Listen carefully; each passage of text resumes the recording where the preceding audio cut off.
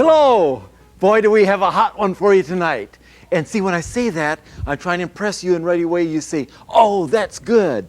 I remember one time I told a fellow, and I happened to be visiting a friend who was in jail this particular time. And I went up and I visited him and I visited some of his friends. And they said, what kind of night is it out there tonight? And I thought, well, I'll make them kind of glad where they're at. So I said, gee, it's cloudy and foggy. And this guy says, I'd love to be walking in the fog tonight. You know, a couple of weeks he did walk in the fog. But the point is, whatever you have, you can say, I'm glad to be there. Haven't you seen where you had a football team and you're ready to play them and they say, it's Bucks weather. And it is, that's my weather. No matter what it is, no excuses on the weather. Today you're going to enjoy drama and you can enjoy the colors. Let me show you what should I show you first? The palette, very simple. We have 3 parts alizarin crimson and 1 part black. It looks very dark, doesn't it? That's going to be a color that will just kind of scrub around all over the canvas, or wherever we put the dark, in other words. There's some of the canvas that will stay as it is. And then we have a red and yellow and white. You start with red and white and then add a little yellow into it. I got those 2 colors just in case, the red and the yellow straight. And then yellow and white, which we'll use for the sun and some of our final little gleams and highlights in the water, white as needed. And that's it. Let's go over to the brushes, starting on the far end. Here we have twiggy brushes, which we'll put little branches in with. We have kind of the full slated brushes, but we're not going to use very many of these today. We have a flat sable, we have a round brush, we have a larger flat sable. We have a fan brush which we'll pat some of the foliage on with, possibly some of the foliage patted on with the mop brush. Bunny brush for just kind of sweeping, blend, the knife, and then, you know, that's a sunset we're painting, golden sunset. Okay, let's come over, let's put some paint on, and then as I go up, we'll tell you what about the canvas. This is some medium. And we put a little bit of this on with the 1-inch brush. See, as you spread that out, you can already see the alizarin color coming through. Why am I so hyper? I had a great opportunity at noon. We went and visited a doggie in the maternity ward. Oh, she looked good with her kids. Okay, here we come. What we have on the canvas is acrylic orange, dry. And then we have some cadmium red light pushed around and softened as it goes into there. So it looks like trees, doesn't it? Looks like trees there. Notice also the composition, kind of a curve and a little bit of what you call the lyre shape. The musical instrument, the lyre shape. Claude Lorraine was the one that brought that forth as a composition. Usually the tall part of the lyre was close up, and then the little far side was the distance. And that's the same thing going to happen here. Now look, I got 2 hands, I got the brush. Which one should we use? Oh, does Lowell Spears ever paint left-handed? I think he does. Okay, well, we'll change our minds. We'll come over here. Push this around, and as you're pushing this around, you let some of the underneath stay there. See how that red shows through? I'm going to have a brilliant sun, so I've told that to my wife, and we ended up having brilliant daughters as well. Brilliant sun is going to be right here. Where is right here? Let's go a little bit to the left of center, and then it's a little bit above center this way, right there. I'll take a touch. Do you want to watch this? I can't leave the canvas, so here it comes with a finger, yellow and white, early, so I know the position. And then I can sort of surround with the trees because I want them to kind of come around like this. Okay, same color, same brush, push it around. Notice you can go a little darker in places, and I chose to do that there. John, you said on a tall guy, since that's a tall, kind of hard to see, isn't it? Okay, we'll come around here. I don't know what in the world happens when you just take a little break and come back and paint, but gee, it's good to be here today. This is a one-parter. 1 part, okay, we've got around there, just a little bit more down. Around, you can feel the red. You can see the red. We want to kind of burn from the sun into the trees. That's not the final sun yet. That's the position of the sun. It won't go in until we work further with the trees. Come down. We're going to come right down with more paint. Boom, back right there. Push this around. Gee, it's going to be dramatic. Isn't that close to that? The shirt. Do you think that was on purpose? Was that an accident? Who's your dressing coordinator? Beg your pardon. Ooh. Okay, we come around here. We're going to have a good front blinds in case you ever went duck hunting. This would be a good place to hide behind here. Now, duck hunting, you go duck hunting with a camera, or if you're hungry, you go with a bow and arrow, okay? Come across here. We'll push this up. Now, it's important that I have less paint on the brush. Less paint on the brush, so that when I come up here, practically just cleaning off the brush on the canvas, just feathering it off, so it'll appear to be further away than our near strength on the left side.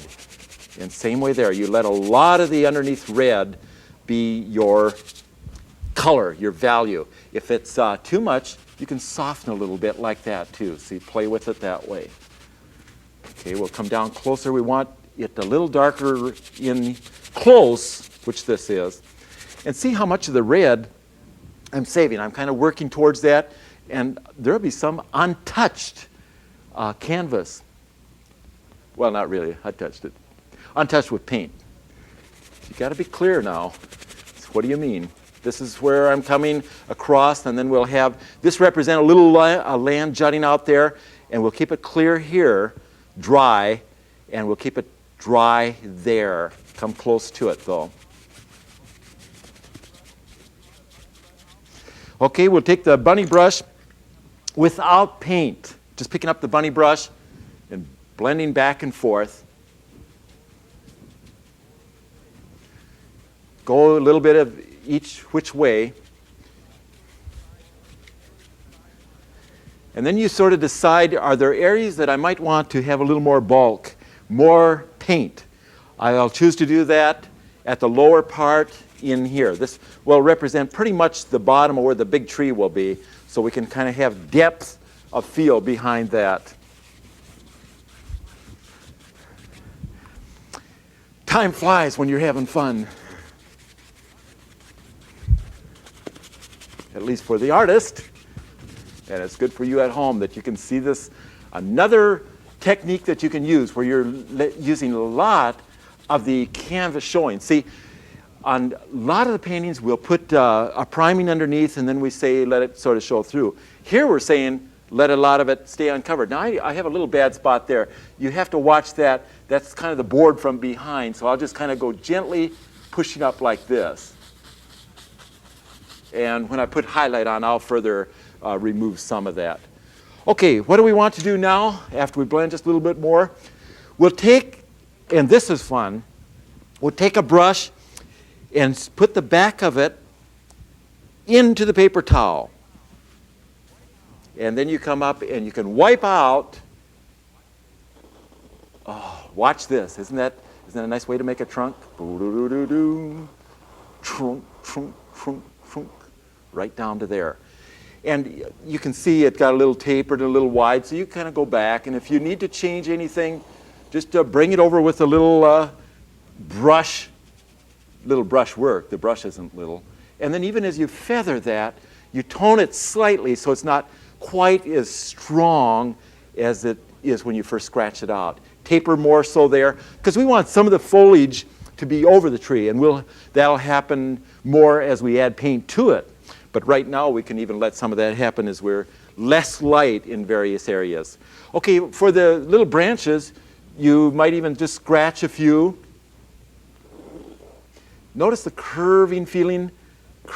Some come down, some can go over this way. And if you put the brush back into the cloth, for some of the lower ones, you can have a little wider ones near the lower part of the tree. The only criteria to think of when you're doing tree trunks and branches as they taper, it's more gentle out at the ends and then fuller in near the trunk. And then likewise, as the lower you go, the wider the trunk is.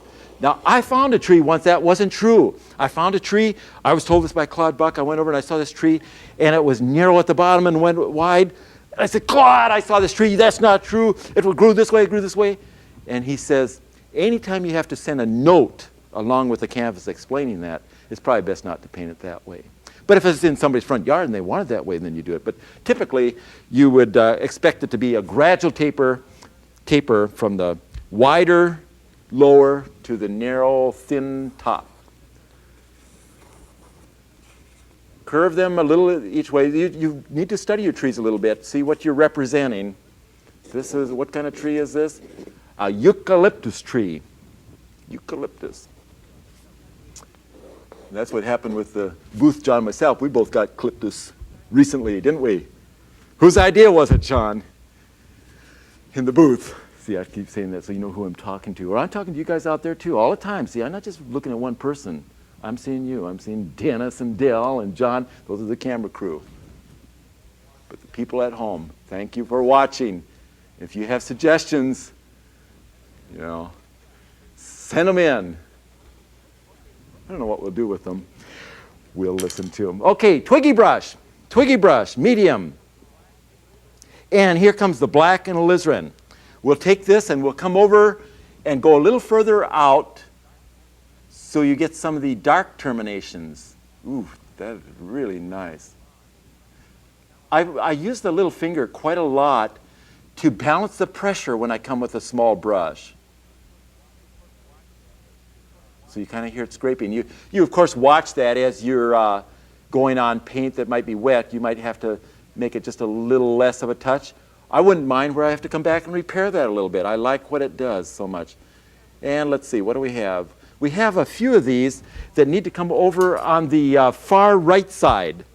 I'm going to change just a little bit as we put the color over there. That's a little dark. Let's put just a little red in it. That's going to be a little less dark, and that's the reason I'm doing it. It'll still look pretty dark. See, that looks kind of dark, but it isn't the black. It's more the reddish flavor. This gets to be pretty much just a skeleton on this side until I put some foliage over, but that's okay. As long as you finish it and make it right, that's the important thing.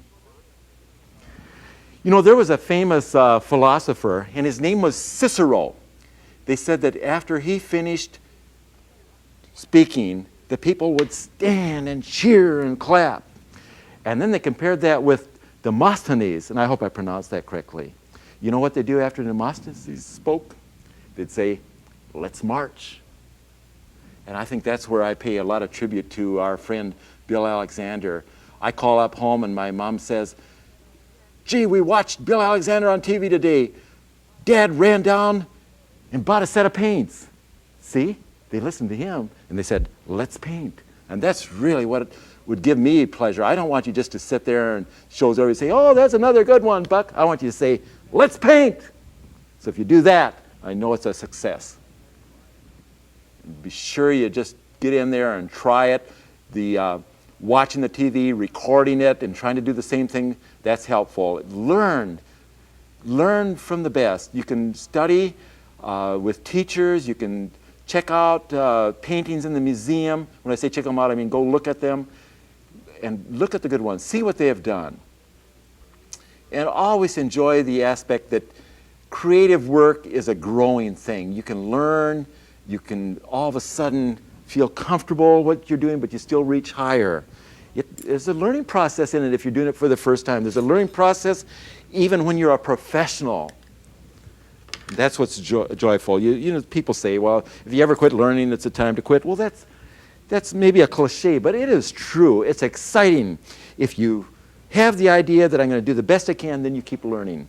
Okay, let's come down the palette. I have red and yellow. This will be a color that will splash around as the start of our foliage. Corner the brush, fan brush, and I'm using dry brush. See how bright the red is on that? Now, I have a little, this has been touching into the dark.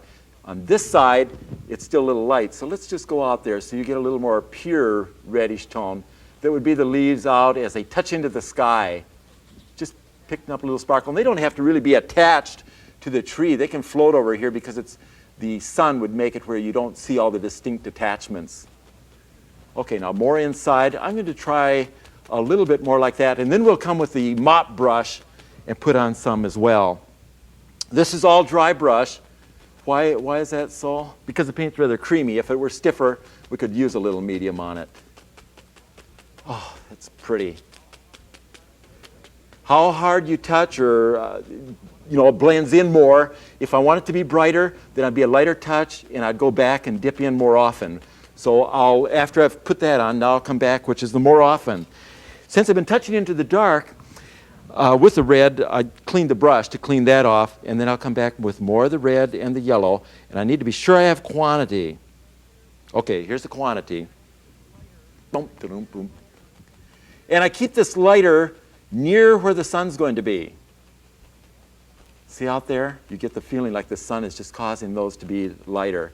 We'll have a little bit down here, and while we're down in this area, let's go ahead and take the paper towel. Oh, we still have the old paper towel, but I'm using the finger this time.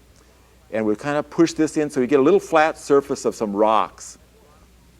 It gives support at the bottom of the tree too, so the tree is kind of foundation-wise, it's good. And I'll blend the tree down a little bit more. Okay, that'll be just a little bit. We'll take a feathering bunny, clean it. Clean it and then dry it. I like to squeeze dry the bunny because it saves the hair a little bit more instead of pulling on them. Okay, when you feather this, you're hitting some of the foliage. You're also hitting some of the branches and softening them a little bit too. Soften across the rock slightly. Come down below here. I'll push over here. Let's take just a little color on the edge here. I'll take the same reddish color we've just been using. This is with the bunny brush. Corner the bunny. Come up, and this will go on past slightly. I wipe so I have very little paint. Kind of scrubby touch, so it isn't quite as detailed as the closer tree would be. And as you do this, you're hitting some of the branches a little bit so they feel like they're going under the branches, so you no longer have that skeleton out front only. Okay, now let's take a little bit of what brush? We'll use a round brush. This is going to come over, and we'll use some of the red, yellow, and white. What is this for? Oh, that's going to be later. We'll put some of that in the water. But right now, this is going to go up on the tree trunk. See how you get that? And sort of spasmodic-like. Spasmodic-like, what does that mean? Just it's not a long, continuous line. We go down a little bit there. You're very aware of the direction of the sun hitting right against that. I'll take the twiggy brush, clean it, and let's take a little bit of the same color with a little medium, and then we can make some of the little branches have some of the same lights on them. See that sparkles? And do the same thing, the kind of intermittent little strokes.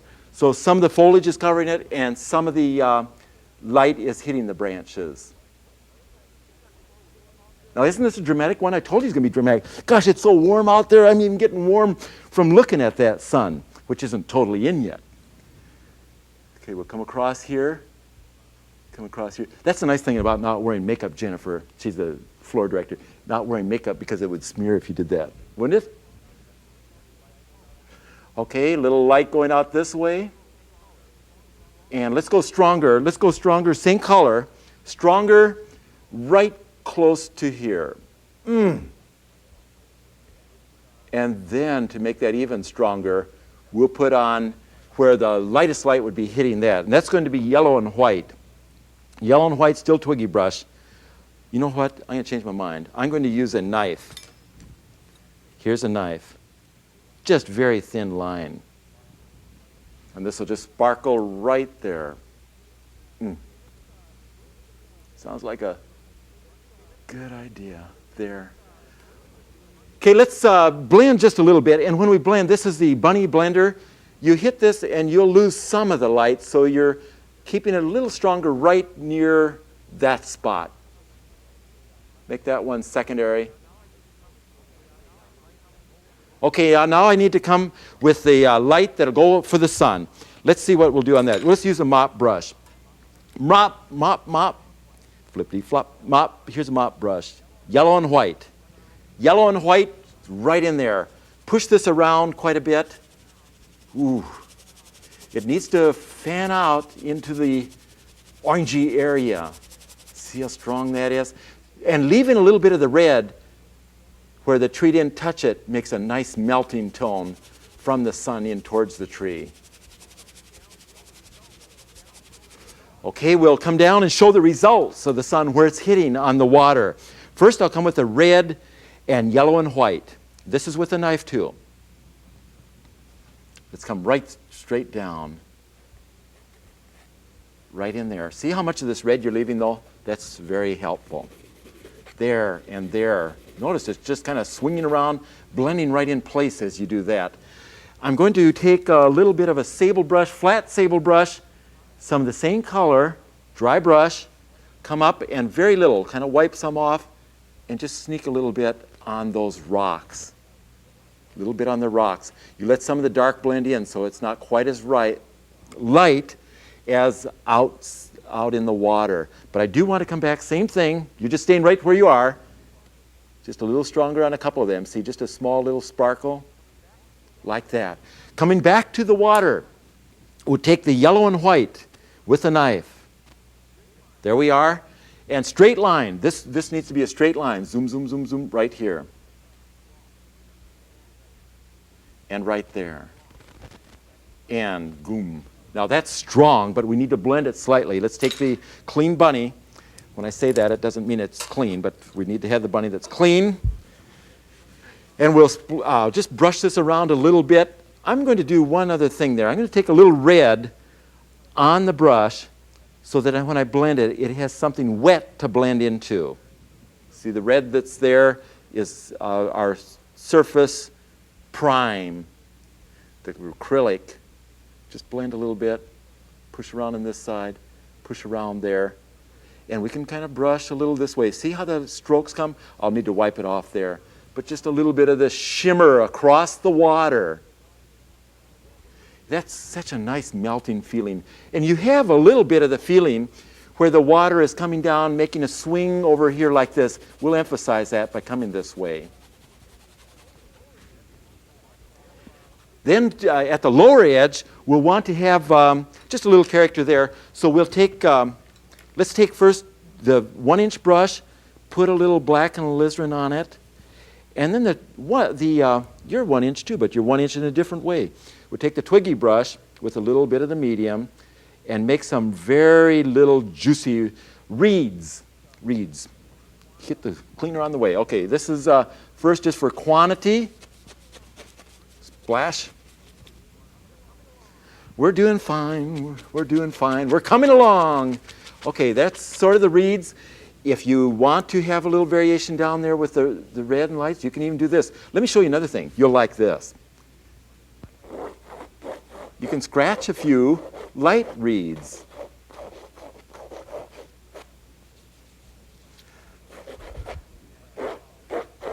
One thing about reeds at a kind of a stream, which is a little different than in an ocean, they can go every which way.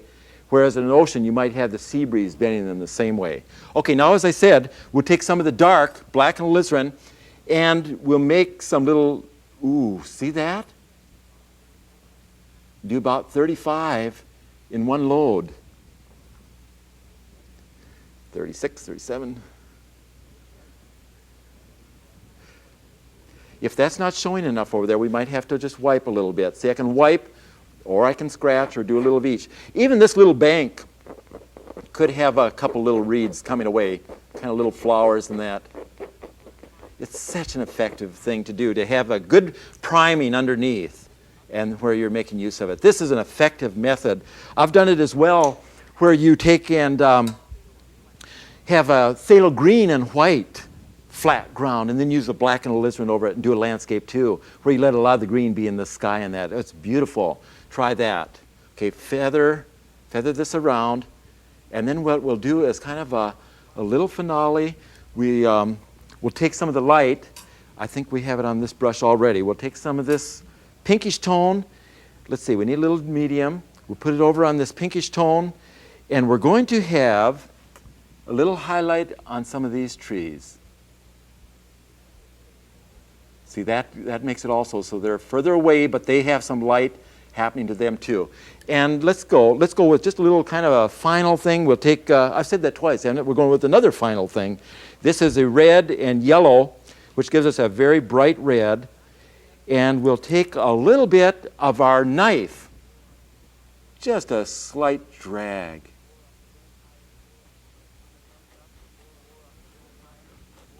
Push this up. We'll put some more up a little higher. Are you over there? There you are.